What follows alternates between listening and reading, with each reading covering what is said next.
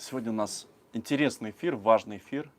И я внеурочно вышел, чтобы ответить на все важные вопросы, которые сейчас разгорелись просто по всему пикап-комьюнити. И в основном не в нашем пикап-комьюнити, а в основном в разных других пикаперских школах, форумах, чатах и так далее по поводу игры по соблазнению мистери. И, естественно, конечно, я как один из участников, с одной стороны, игры, с другой стороны, как тренер главной героини, обязательно вам отвечу на все ваши вопросы и комментарии, которые вы мне задали. Но начну я с самых таких заядлых, ярых критиков, которые являются представителями пикап-тусовки уже давно. Есть люди, которые 30 лет, 35 лет в теме, и они испытали разные эмоции, и у них совершенно различные мнения по поводу этой игры, и сейчас мы обязательно обо всем поговорим. Значит, начнем с самого начала по поводу игры, что это за игра. Как вы знаете, уже из трансляций, которые были, и из вскрытия игры, что у меня была ученица Настя, которая она устала от отношений с обычными мужчинами, и она решила начать соблазнять необычных мужчин. И начала их искать. Вот. Ну и так она вышла на разных необычных мужчин. Она была в кинки-тусовке, в свинг-тусовке. И также она обратила внимание на пикаперов. И когда она узнала о том, что знаменитый пикапер приезжает, она не очень хорошо его знала, но отчасти я был человеком, который пропагандировал, да, что он приезжает в Киев. Отчасти там другие люди тоже ходили слухи. Вот, и она решила, что он будет ее очередной целью. Значит, сперва начнем эфир с того, что я отвечу на все ваши вопросы, которые вы задавали, особенно на критические вопросы.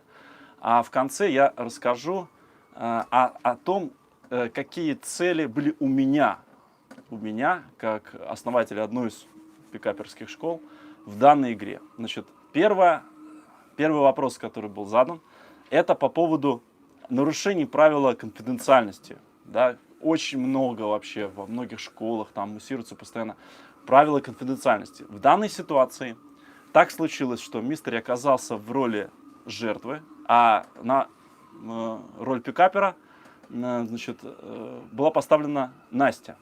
То есть Настя оказалась каждым из вас, да, людей, которые обычно занимаются съемом. И она соблазняла мистери как цель. Он был целью ее соблазнения. Соответственно, во многих школах принято не светить тех жертв, которых они соблазняют.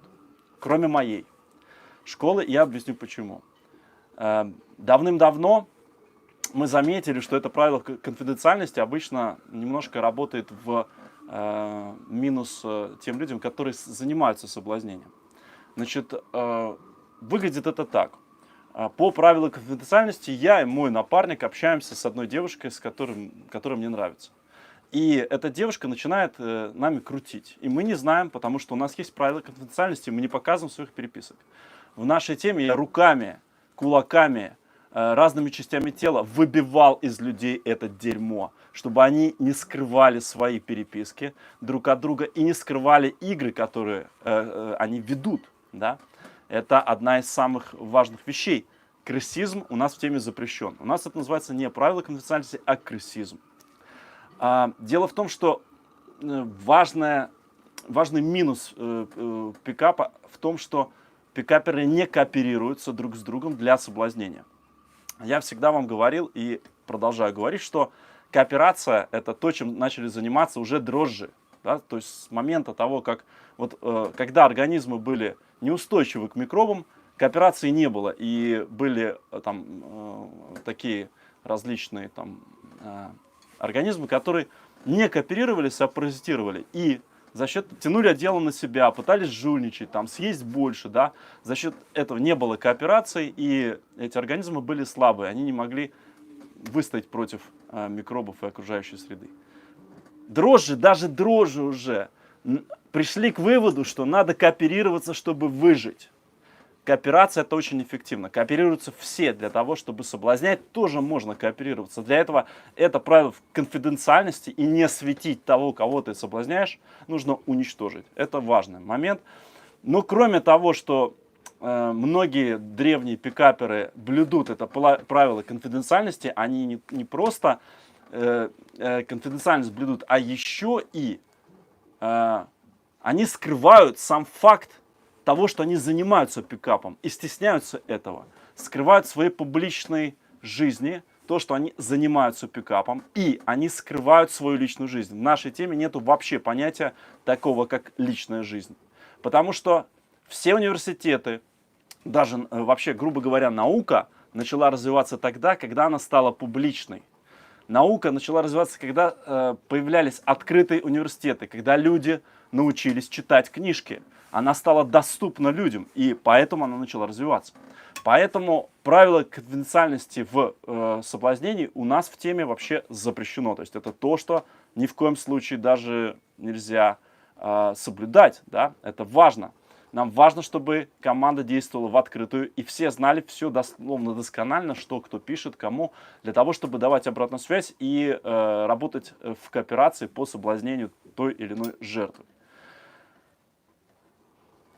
Так, следующий вопрос по поводу сектантства. Да, там много было нападков по поводу сектантства, что многие написали во многих там пикап-чатах, что, значит, мы вот сектанты такие плохие, все такое, вот наша секта и так далее. Но у нас, в отличие от многих, нету никакой скрытности. И мы все делаем в открытую, и все светим, и все вскрываем. Как так получается, что основной элемент секты номер один – это когда вы что-то скрываете? Вот, например, я, кстати говоря, сегодня видел очень интересный доклад на пикаперской некой конференции какая-то была. И доклад, название доклада звучит так. Почему пикап должен быть недоступным для всех подряд? То есть мы сейчас с вами находимся в веке открытой информации, открытый СМИ, открытый интернет, все открытое. Мы можем получать информацию из открытых источников и делать расследование про Путина, с одной стороны, да, а с другой стороны мы говорим о том, что пикап должен быть недоступен для всех подряд. Я считаю, это вообще, как можно даже обсуждать в нашем современном мире такой вопрос, да? Конечно, он должен быть абсолютно доступен и открыт, максимально открыт. И когда вы делаете вот эти вот скрытность, там, секретные методики, у нас секретная школа закупоренная просто, то вы сразу вызываете вопросы у правоохранительных органов тех стран, в которых вы находитесь. Что это такая за секта, которая скрытая, закрытая? И как раз-таки пикаперы, которые свои школы делают секретными и тайными, они маргинализируют пикап. Необходимо его вскрывать, открывать, популяризировать, это очень важно. И этим занимался и Мистери, этим занимаюсь сейчас я, этим занимаются многие люди, чтобы вскрывать и открывать пикап. Так, следующий момент важный по поводу, значит, вот Алекс Одесса. Алекс Одесса. Многие мне написали в личку, там, скинули скрины, значит, что Алекс Одесса – это один из древнейших представителей пикап-тусовки, и его больше всех разбомбило по поводу вскрытия игры Мистери. Он просто так его бомбило, и он рассказывал, что он теперь не будет ни здороваться ни с кем, кто лично знает Лесли, его читал, и даже если Лесли ходил по одной и той же земле с человеком, который его читал, то он тоже не будет с ним здороваться. И вообще кошмар, какой кошмар и ужас и так далее. И его очень...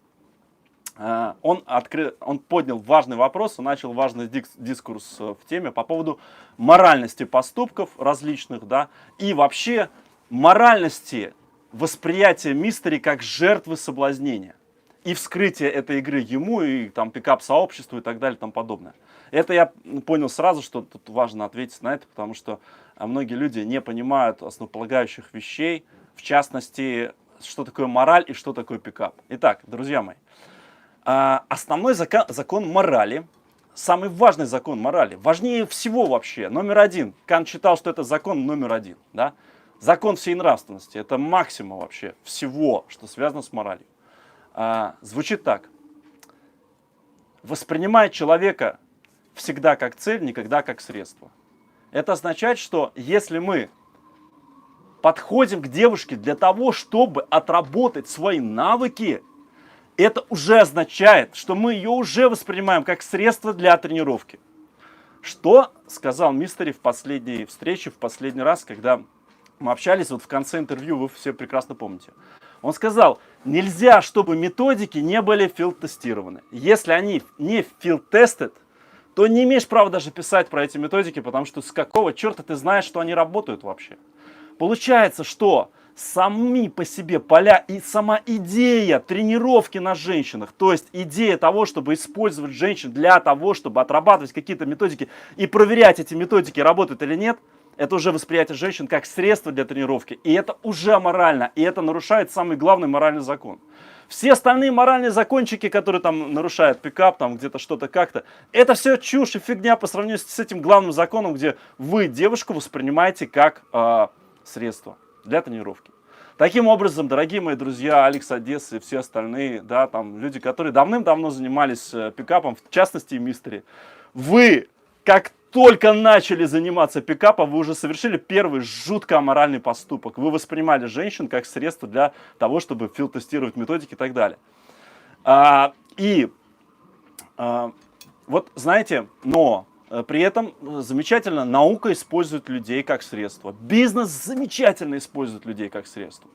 Бизнес использует людей как средство для достижения цели. Есть даже такие организации, как профсоюз, которые защищают права человека, иначе бизнес вообще будет хоронить людей там, и там, платить людьми там, и так далее. Да? Есть профсоюз, который стоит за то, чтобы все-таки эти права не нарушались. Да?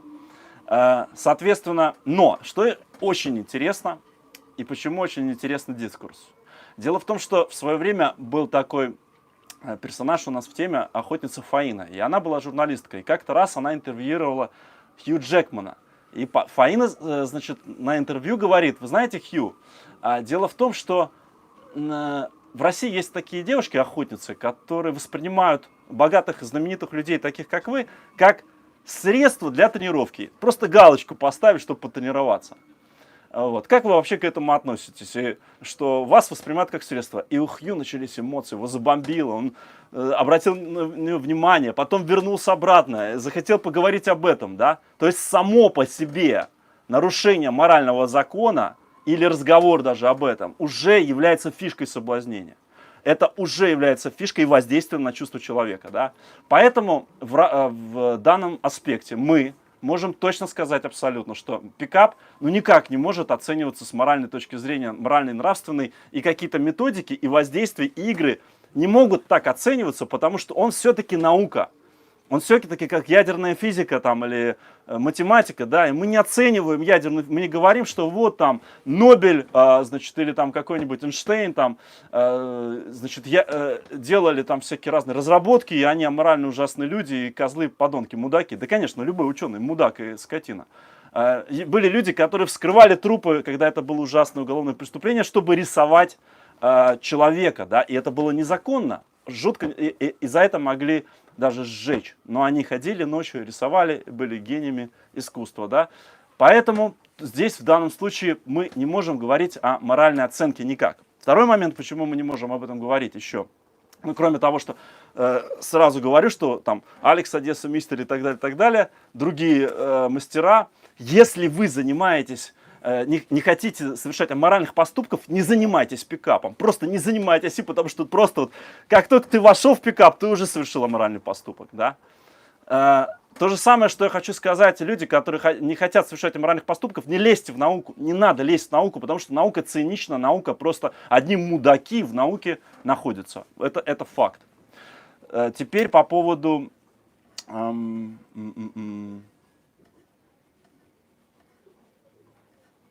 Так, еще какие вопросы? Да, значит, по поводу оценки, моральной оценки, еще важный момент. Нельзя оценивать действия. Действия нельзя оценивать по одной простой причине. Моральная оценка не может быть оценкой действий. Вот классический пример философский, значит, человек спасает человека от того, что он тот тонет, да? Значит, это какая? Высокая морально-нравственная оценка или низкая морально-нравственная оценка? Непонятно. Почему? Ну, потому что вот с одной стороны мы спасаем человека, но важен мотив, с которым я его спасаю. Я спасаю его, потому что эта скотина мне денег должна. Не чтобы ему помочь не утонуть, а он мне денег должен. Я корыстная сволочь, спасаю человека, да? То есть это как бы низкая моральная нравственная оценка моего поступка, да? Почему? Потому что у меня мотив аморален. Так вот, дело в том, что пока мы не знаем мотив, мы не можем делать моральную оценку. А кто знает мотив? Мотив знает только я сам знаю мотив. Единственный человек, который знает мотив этого поступка, это я, да? И поэтому единственный человек, который может моральные оценки кидать, это ты сам. Своим собственным поступком других не можешь морально оценивать никаким образом. Это тоже важный момент, который нужно понимать, когда вы начинаете делать моральные оценки. Но мы договорились уже, что пикап это наука, поэтому никаких моральных оценок методикам исследования, изучения там людей быть не может. Теперь, значит, Мистери в данной игре являлся жертвой соблазнения. Он был поставлен на место девочки, а девочка была поставлена на место Мистери, да? И это очень важно. Почему? Потому что с точки зрения изучения Мистери, его реакции, его чувства, его эмоции, да, это очень важно. Он может дать обратную связь, лучше остальных. Может дать обратную связь по поводу того, как на него воздействует. Поэтому я с ним встретился. Мне было очень важно выяснить обратную связь. Она делает какие-то методики. Какой фидбэк от Мистери будет в данной ситуации? Значит, заходит, не заходит, да? Какой фидбэк будет после игры? Какой фидбэк будет в ответ на вскрытие этой игры? Я потом отдельно поговорю о важнейшем элементе вскрытия этой игры. Поэтому здесь очень важный есть момент с тем, что значит, вот он был поставлен на роль девочки. И самое интересное, вот еще один важный момент, хотел сказать, чуть не забыл. Значит, что Мистери человек, который, в отличие от многих, может говорить красиво.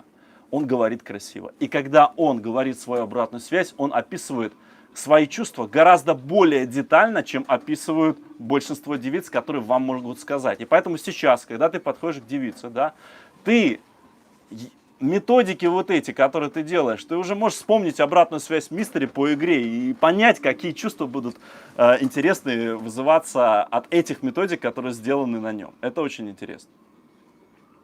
Дальше, значит, вот я читаю конкретно чат, значит, там много хейта, естественно, много мата там на меня и так далее, там меня по-разному называют, но это вообще пропускаем. Ее тоже по-разному называют, Настю тоже пропускаем. Значит, использовал доверие Мистери, заслал ученицу. Ну, сразу, это важно тоже ответить на этот вопрос, точнее комментарий или обвинение меня, да. Значит, моя ученица начала играть с Мистери за 2 недели до того, как я с ним встретился. И встреча произошла у меня по 2 причинам. Они обе важные, да. Первая причина, это я должен был взять у него интервью, потому что это достаточно известный человек в пикапе, и он очень интересен. Я, скажем так, до сих пор считаю, что его вклад в пикап, он самый большой, он гораздо умнее многих мировых лидеров пикапа, которых я читал и знаю, да. Вот, это раз. 2. Параллельно мне нужно было взять обратную связь. Ни одна из этих целей значит, не принижает другую, да. То есть это обе важные цели. Не нужно говорить, что вот Лесли взял интервью, потому что там он, там на самом деле это интервью там нафиг не нужно, а самая главная игра. Или наоборот, там игра не нужна, это важное интервью. 2 цели важные. Интервью получилось очень классным, да. И важно, что в этом интервью была обратная связь по действиям охотницы. Это тоже важно для меня. Много из этого не вышло, потому что пока не важно это, да, потом, может быть, выйдет. И что мы выяснили, да? Мы выяснили то, что была безумная интрига в отношении действий охотницы. Было много вопросов в отношении действий охотницы. Очень круто зашли методики, при том, что обратная связь, которую мне давала Настя после того, как у них там все произошло, там секс и так далее, была очень странной. Оказалось, что он ни на что не реагирует. Оказалось, что очень даже реагирует. И оказалось, что многое из того, что он декларирует, да, значит, и то, как он реагирует, оно скажем так, оно происходит по-разному. То есть он декларирует одни вещи, реагирует он другим образом, как многие мужчины. Многие из вас даже могут этого не подозревать, что вы декларируете одно, а влюбитесь, втрескаетесь в совершенно другое. Да? Это важно, когда я стою на стороне девушки, которая атакует. Когда я стою на стороне девочки, которая атакует мужчину как жертву, да, мне важно не то, чтобы ему было комфортно, чтобы ему было хорошо, чтобы она ему там сосала и так далее, а чтобы он влюбился, испытал эмоции, чтобы у него была страсть и так далее. Да? И самая важная обратная связь, которая была, это что он мне сказал, что меня любит, когда я от него ушла. В момент, когда человек теряет, он начинает это переоценивать. Это важная обратная связь. И, конечно же, естественно, понятно, в какую сторону двигаться. Да? Мне важно было видеть, как он чувствует, что он чувствует. Важно, я это увидел. Я понял, как надо скорректировать действие для того, чтобы продолжить воздействие на него с ее точки зрения. Поэтому, так как все это было в такой хронологии, да, то, естественно, я ее не... То есть я как бы не встречался с ним и раз ее подсунул быстренько, давай, короче, соблазняй. Нет, она начала с ним общаться. 2 недели общалась, и когда нужна была обратная связь, надо было включиться в процесс, я тогда включился, и уже к тому моменту Мистери был уже в роли жертвы, да. Ну и, конечно, для меня, так как я начинал с него там в свое время, он для меня был еще и человеком, у которого очень интересная модель, что и вышло с него снять. Ну, значит... Почему разбомбила Алекса Одессу? Очень сильно разбомбила. Значит, у меня такой вопрос. Алекс Одесса, нахера ты так палишься? Вот мы к тебе не собирались никого подсылать, а сейчас у нас возникает вопрос. Так, раз его так сильно бомбит, значит, что-то скрывает. То есть мы не думали, что там что-то интересное, может быть, что ты скрываешь. Но так как тебя так бомбит, у нас возникает дурацкое интересное желание подослать. И что интересно, у многих охотниц, у многих учениц моих тоже будет интерес теперь, а что там скрывает Алекс Одесса? Наверное, что-то там есть. Надо бы что-то там проверить и так далее. Да, но я хочу сказать, мы подсылали, подсылаем и будем подсылать, если вы так хотите это назвать.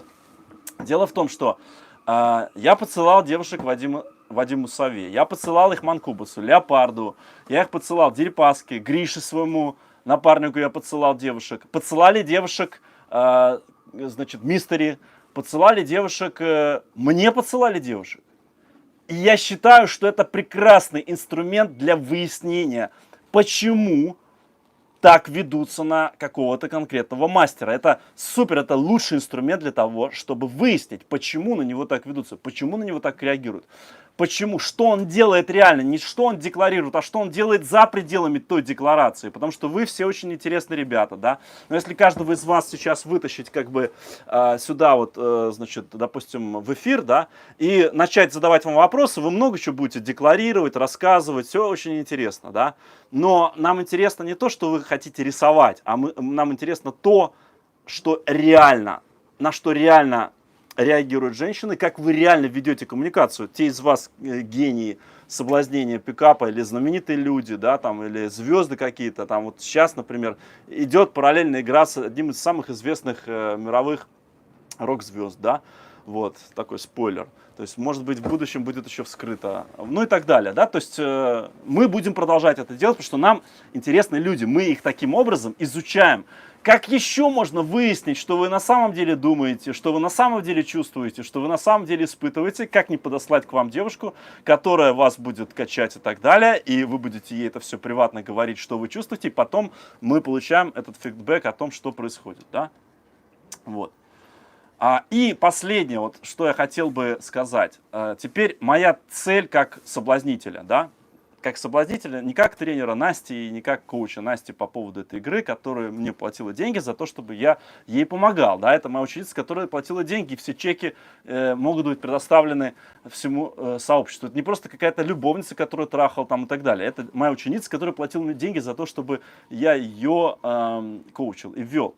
Значит, теперь то, что я хотел бы продемонстрировать всему пикап сообществу мировому, Мистери, там, Алексу Одессе и так далее и тому подобное, что мы считаем очень важно, наше достижение, наши темы и нашего российского маленького отделения, маленького комьюнити, скромных, маленьких, никому не известных людей.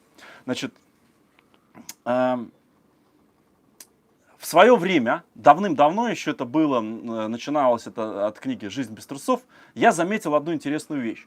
Значит, что у игры есть различные уровни. Есть уровень игры, когда ты играешь против жертвы. Это самый базовый уровень. Вот есть я, есть девочка, я против нее играю. Второй уровень, когда мы вместе начинаем придумывать игру для какого-то человека. И нас это объединяет, потому что когда мы что-то вместе делаем, мы доверяем друг другу, и там легко дальше перейти к влюблению и так далее. Третий уровень игры – это когда девочка создает ее другому человеку, воспринимая его. Значит, и когда мы заметили, что когда девочка создает игру, когда девочка работает на то, чтобы создать игру человеку и воспринимает человека как жертву, она вкладывается и влюбляется. Я это заметил по себе. Само по себе создание игры очень эффективно. Само по себе эта методика создания игры для того, чтобы соблазнить. Она очень эффективна. Первая история этого произошла у меня, я писал «В жизни без трусов», еще старая книжка, и там была такая история, что я соблазнял девушку, а потом ей вскрыл эту игру. Я вскрыл, как я соблазняю ее, что я делаю, рассказал, и она мне сказала очень интересный фидбэк, что «Алекс, я просто почувствовал себя мухой в паутине. Ты сплел паутину, а я там оказался мухой, и она влюбилась в меня». Но я заметил одно, что когда я создавал эту игру, я сам на нее подсел. То есть, создавая игру, ты вкладываешься в человека. И мы сделали интересную вещь. Мы сделали тему охотниц. Мы начали создавать охотницу. С одной стороны, охотницы учатся создавать игры тем жертвам, которых они выбирают. А с другой стороны, охотница, когда какую-то жертву выбирает или какая-то жертва ей попадается в силу каких-то причин, создавая этой жертве игру, вкладывается и влюбляется. И вот здесь важный момент, то, на что я хотел бы обратить внимание и мистери, и всех пикаперов и тренеров, чтобы вы на это обратили свое внимание и, может быть, это когда-то использовали и поняли, что это очень круто работает. Когда девочка создает игру тебе, она в тебя очень сильно влюбляется. Она вкладывается, и она думает о том, как создать тебе игру. Изначально ты можешь быть ей даже не интересен. Изначально мистери не был Насте интересен. Но я как человек, который немножко ее вел, я создал определенную легенду мистери, которая отчасти правда, да, значит, повысил очень сильно значимость в ее голове, создал цель, чтобы она двигалась к ней, да, потому что когда нам пришла такая есть идея соблазнения мистери, да, и она начала в какой-то момент сливаться, да, она говорит, он негит меня, я не хочу там и так далее. Я ее сказал, нифига, не сливаться, нужно идти до конца. Она пошла, и она не была тогда в него влюблена, она стала влюблена в него и поняла, что она влюблена, когда она прилетела на Тенерифе и сказала, я поняла, Алекс, что я в него влюбилась, потому что я создала ему игру, столько вложила, и я чувствую, что я влюбилась. Девушка, когда тебя атакуют, она в тебя влюбляется, она в тебя вкладывается. И вот это хотел бы я показать всем, вот эту замечательную технологию, которая фактически была продемонстрирована мистери лично, что когда девушка создает игру, а напарник по кооперации с тобой ее пинает и говорит, давай это попробуй, давай такую фишку попробуй на нем, давай такую. Девочка эта влюбляется в тебя, в жертву, которой она создает игру. И она влюбляется в жертву, которой она вскрывает эту игру. И эта концепция, она гораздо более основополагающая и общая, да, чем многое из того, что я видел в пикапе. Она работает гораздо более мощно, именно поэтому такой дает результат. Если вы будете делать так, то есть если вы будете по кооперации работать в команде, и один из, вот Вингман, да, Бекстер должен был это делать за меня. Я фактически отработал Вингманом мистери, но он, правда, про меня не знал, потому что у меня был как бы договор с Настей, да, что я работаю на нее как ее коуч. Но если бы я был реально мистером Вингманом, я бы так себя и вел, и именно таким образом в нашей теме мы соблазняем. Мы делаем так, что, допустим, мой Вингман Гриша, да, он зарождает идею создать мне игру какой-нибудь девочки. Девочка создает мне игру, она вкладывается, Гриша ее ведет, при этом он рассказывает мне, что происходит еще параллельно, да. Значит, таким образом я являюсь жертвой. Это самый эффективный способ соблазнения, где девочка подсаживается. Этот способ работает, даже если тебе 60 лет, 70 лет, когда изначально ты не интересен, да, это его ценность. Ты изначально, может быть, не интересен, никак не привлечь ее вообще ничем. И все, что ты будешь делать, это не будет работать, потому что она будет изначально понимать, что ты не привлекателен. Но когда она начинает играть с тобой, и кто-то начинает ей говорить, попробуй это, попробуй то, да это ладно, да это для тренировки, ну это игра просто, ну мистери, это жертва просто наша, ну все нормально, давай. Действуй, да, фигач там, наплевать, что он тебя сливает, наплевать, что он тебе хамит, плевать, что он все это делает, действуй. Она делает, делает, делает, и в какой-то момент она в него влюбляется, что и произошло с Настей. На самом деле, многие из вас, которые меня хорошо знают и тему хорошо знают, уже в комментариях догадались об этом, но вот сейчас я окончательно вскрываю этот момент. Многие грамотные из вас, видно, что многие там мастера писали, что на самом деле это игра по влюблению Насти в мистери. Да, так и есть. Отчасти это правда. То есть, как я сказал, это побочный эффект игры. Когда ты создаешь кому-то игру, ты влюбляешься в этого человека. Ты сам себя на него подсаживаешь. И поэтому мы придумали развернуть это все в обратную сторону. Чтобы мне создавали игру, и на меня девушка подсаживалась. Я, ребята, в этой реальности живу постоянно. Мне постоянно создают игры. И мы этим управляем. Вот вам, пожалуйста, Алекс Одесса, остальные, те, кто не знают, там, те, кто не в теме, там, возмущаетесь, там, кричите в своих чатах. Вот вам, пожалуйста, пример того, как замечательно это работает. Результат: Настя влюблена в мистери, мистери влюблен в Настю, все нормально. Дальше уже от них зависит, что они будут делать дальше. То есть они будут, значит, жениться или сраться, или там ругаться, или еще что-нибудь. Это уже не имеет значения. Самая главная вещь продемонстрирована всем. Работа игры, когда девочка ее создает, а напарник ее является свитой. И у нас это в теме называется технология свита. На этом все, дорогие мои друзья. Я сказал все, что хотел. Вот. Влюбляйте в себя женщин, зажигайте, делайте тоже игры, создавайте охотниц, создавайте женщин, которые атакуют. И я надеюсь, что когда-нибудь я буду вашей жертвой, вас и ваших охотниц. Это очень было бы прикольно, получить мне такой подарок после всего. Всех благ, пока.